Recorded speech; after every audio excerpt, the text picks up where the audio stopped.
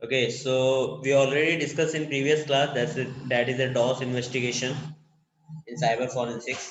Now today we are going to discuss about DDoS investigation, like distributed denial of service attack, which is also perform all the different types of organization to crash the servers, as well as the different types of dispute, creating some dispute and conflict into the server for the normal operations. So how do you do that, right?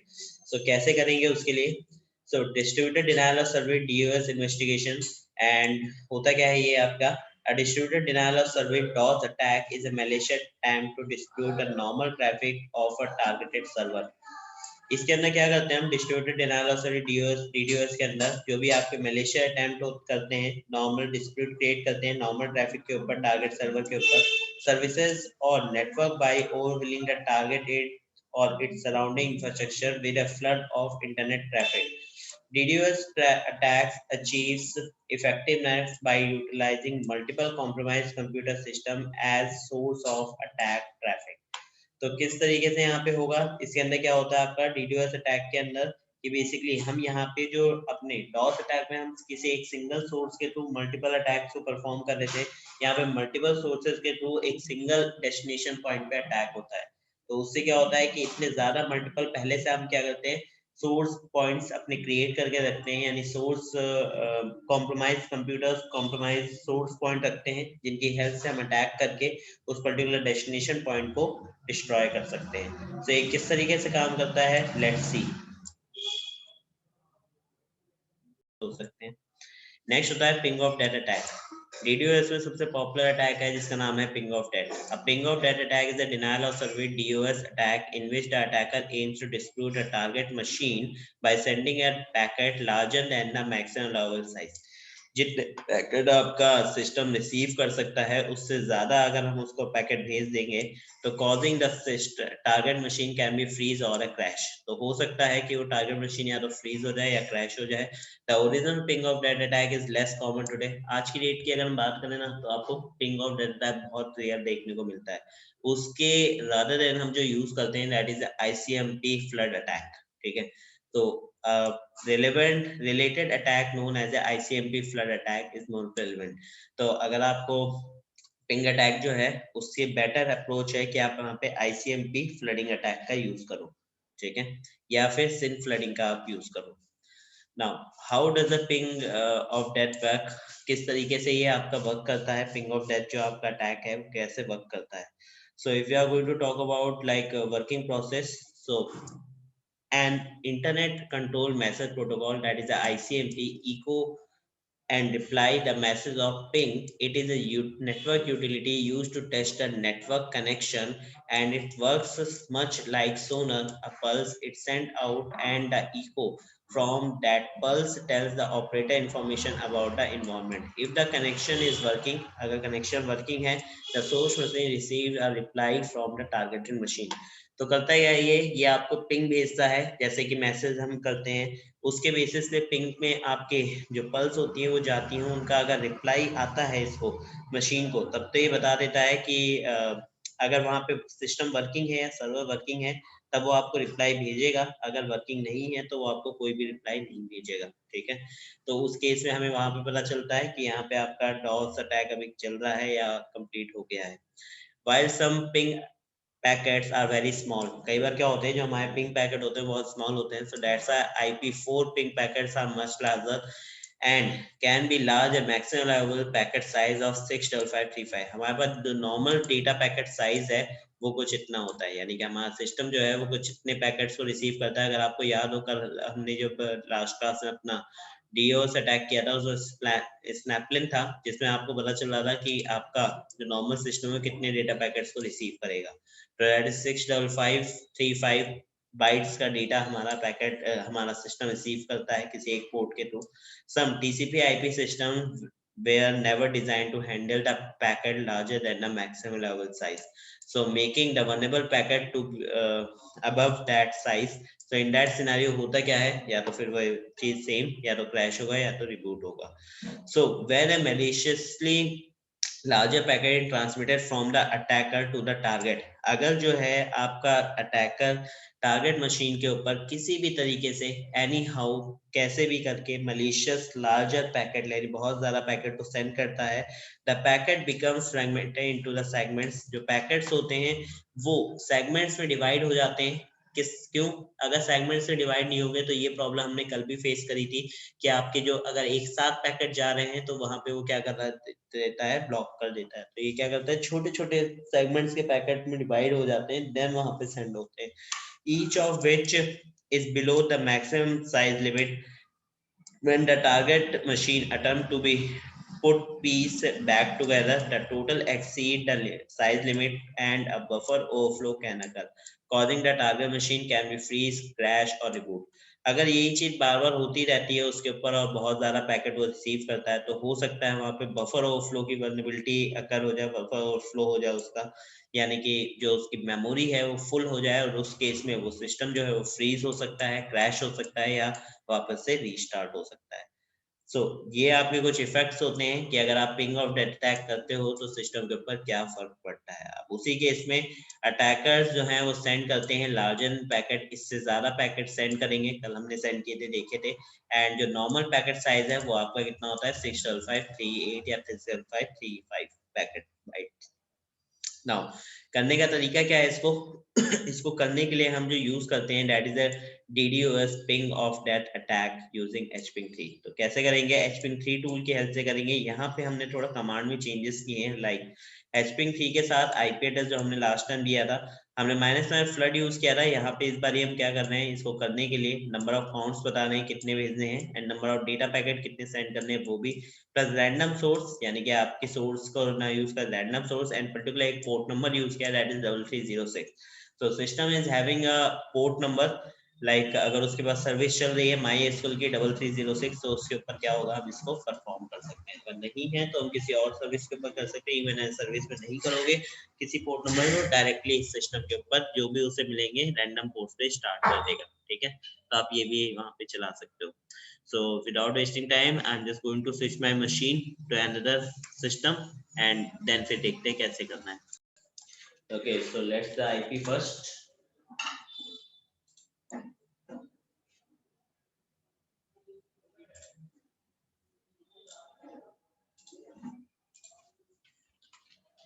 IP check करो 1.43. Okay.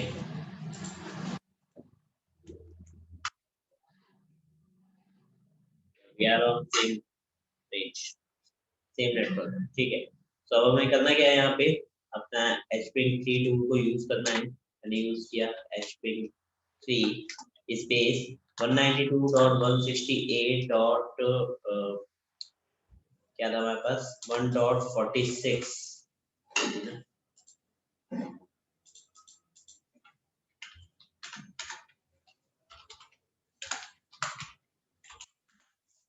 1.43। Okay, yup 1.43 space आपको लेने हैं number of counts. तो मैं number of counts यहाँ पे set कर देता हूँ, कितने दूंगा, 7 सेट कर दिए। फिर space -d for data packets, कितने आप वहाँ पे सेंड करना चाहते हो, मैंने तो डेटा पैकेट सेंड कर दिए। माइनस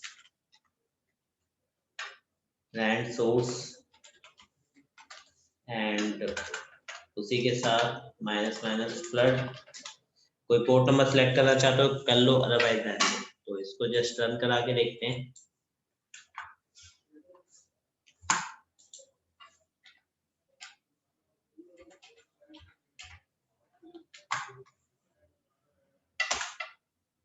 बढ़िया चल रहा है, ठीक है। तो अब उस मशीन पे आ जाओ, सबसे पहले चेक कर लेते हैं इसकी यूटिलिटी सेक्शंस को।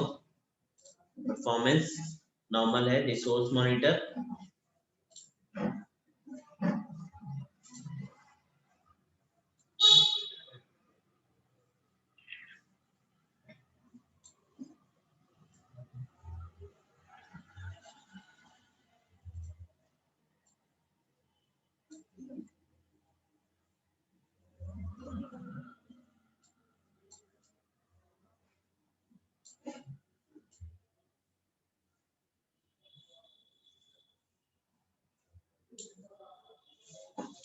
ओके सो मेरा रिसोर्स मॉनिटर जो है वो 337 KB स्पीड के ऊपर चल रहा है, 56 KB पर सेकेंड डिस्क दिखा रहा है यहाँ पे, एंड बाकी सब नॉर्मली चल रहा है।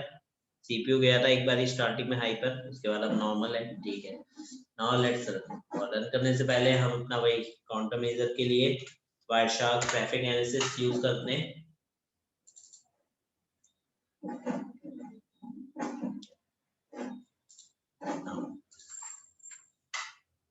Just paste it,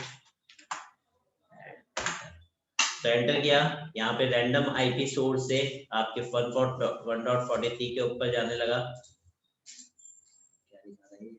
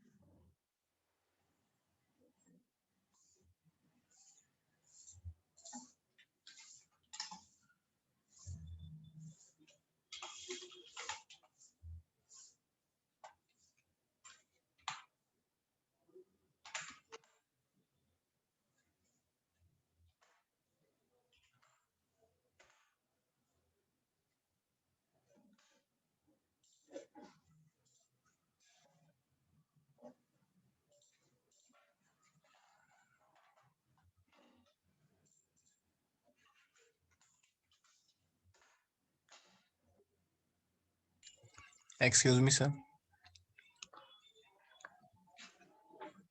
नहीं तो हम कर सकते हैं उसके आईपी को चेक करके और एंटर करके। देखो आप किसी के भी प्राइवेट आईपी के ऊपर नहीं कर सकते। मतलब मैं उससे परमिशन लेके अगर जस्ट फॉर एक्सपेरिमेंट अगर अगर आप अपने फ्रेंड के परमिशन सिस्टम लेते पे हो तो आप उसकी प्राइवेट आईपी पे तब भी नहीं कर सकते, आप उसकी ग्लोबल आईपी पे अटैक कर सकते हो। Okay sir.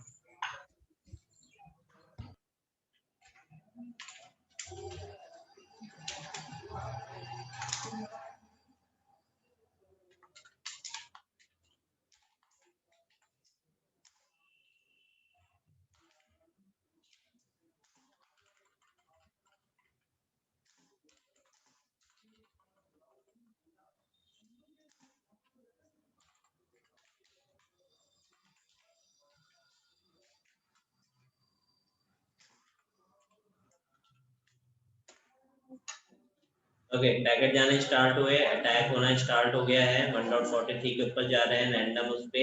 पैकेट्स हम यहाँ पे स्निफ कर रहे हैं। नाउ यहाँ आ जाओ, देखो 100% सीपीयू यूजेस बढ़ चुका है। ग्राफ जो है वो 10 MB पर सेकेंड के उस पे आ गया है। देख लो सीपीयू कितना ज्यादा यूज हो रहा है इस समय, 100% जा रहा है सीपीयू। तो ये हमने किया है केवल एक उससे, राइट। मैं इसको कर लेता हूँ कॉपी इस कमांड को, और इसको मल्टीपल टैब से तो मैं यहाँ पे क्या करूंगा, इंप्लीमेंट करूंगा।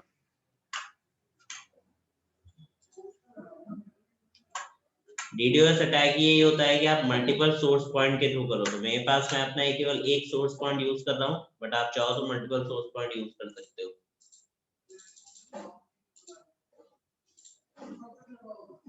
तो इतने ज्यादा सोर्स पॉइंट लगाने लगा है कि वो बंद हो गया था, 10 MB पर उसकी ग्राफ पे गया था।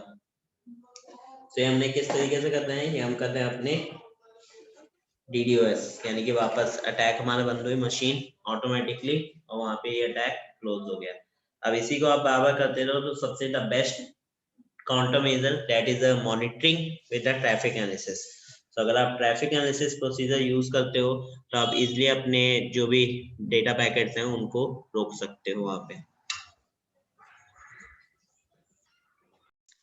अब बात कर लेते हैं कि अगर आप किसी लाइव वेबसाइट पे इसको अटैक को करते हो तो उसके बाद आप चेक कैसे करोगे, या अटैकर्स करने के बाद चेक किस तरीके से करते हैं। तो उनके लिए जैसे मैंने यहाँ पे 2 लिंक दे रखा है, अगर आप डीडोएस अटैक करोगे उसके बाद आप इन लिंक्स का यूज करके वहां पे चेक कर सकते हो कि आपको किस तरीके से वहां पे देखना है। जैसे मैं यहाँ पे चला गया साइट के ऊपर, यहाँ पे मैंने डाला, किसी वेबसाइट का डाल सकते हैं लाइक www.crosssecurity.com, मैंने यहाँ पे ले ली एंड जस्ट क्लिक, चेक किया is not down. Is not down का मतलब है कि इसने इसको पिंग किया होगा, पिंग करने पे इसे रिप्लाई आया, यानी कि भाई आईसीएमपी पैकेट इसने भेजे, रिप्लाई आया, तो समझ गया यहाँ पे डाउन नहीं है। Even and you can use another procedure, like मैं सीएमडी के थ्रू यहाँ पे पिंग करके चेक कर सकता हूँ। Ping www.crosssecurity.com, enter. अगर मुझे इसकी तरफ से रिप्लाई आ रहा है, इट मीन्स ये वेबसाइट डाउन नहीं है। अगर रिप्लाई नहीं आता है तो मैं समझ जाऊंगा कि यहाँ पे डाउन हो रखी है। ठीक है, नेक्स्ट आप इसमें एक और है, आप इसका यूज कर सकते हो। This is also very good website, आप इसका यूज करो, इससे आपको पता चल जाएगा कि वहां पे क्या चल रहा है। तो आप यहाँ पे चेक कर लो, like www.crosssecurity.com and just click to check.